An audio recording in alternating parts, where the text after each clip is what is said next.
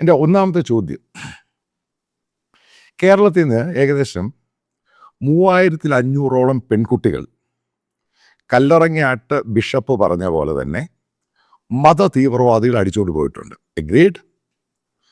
ഈ പറയുന്ന ജാസ്മിൻ ഷാ വിശ്വസിക്കുന്നുണ്ടോ അതിൻ്റെ അകത്ത് ലവ്? ബാക്കി ഭാഗം ഞാൻ ചേർക്കുന്നില്ല. ആ സംഭവം ഉണ്ടോ ഇല്ലയോ, നടന്നിട്ടുണ്ടോ ഇല്ലയോ എന്നൊരു ആൻസർ കാരണം. കാരണം ഇതിനകത്ത് 56ഓളം പെൺകുട്ടികൾ ഈ നേഴ്സസ് കമ്മ്യൂണിറ്റിയിൽപ്പെട്ടവരാണ്.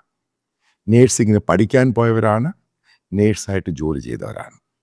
എനിക്ക് ഉത്തരം വേണം. അതായത് ഈ പറയുന്ന മലയാളികളായ ക്രിസ്ത്യൻസും ഹിന്ദുക്കളുമായ പെൺകുട്ടികളെ ഈ മത തീവ്രവാദികൾ അടിച്ചു മാറ്റി ISISൻ്റെ കൂടെ ചേർക്കാൻ വേണ്ടി സിറിയയിലും അഫ്ഗാനിസ്ഥാനിലും പോയ സംഭവം ഇത് സത്യമാണോ അല്ലയോ? ഉത്തരം എന്താ?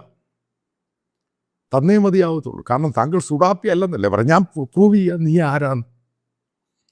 കാരണം നേഴ്സസ് ഉണ്ട് ഡയറക്റ്റായിട്ട് ഇതിൻ്റെ അകത്ത്. അതിനെ തെളിവ് വേണമെങ്കിൽ ഈ കാത്തലിക് സഭയിലെ അച്ഛന്മാരുടെ കയ്യിലുണ്ട്, എടുത്ത് നോക്കാം.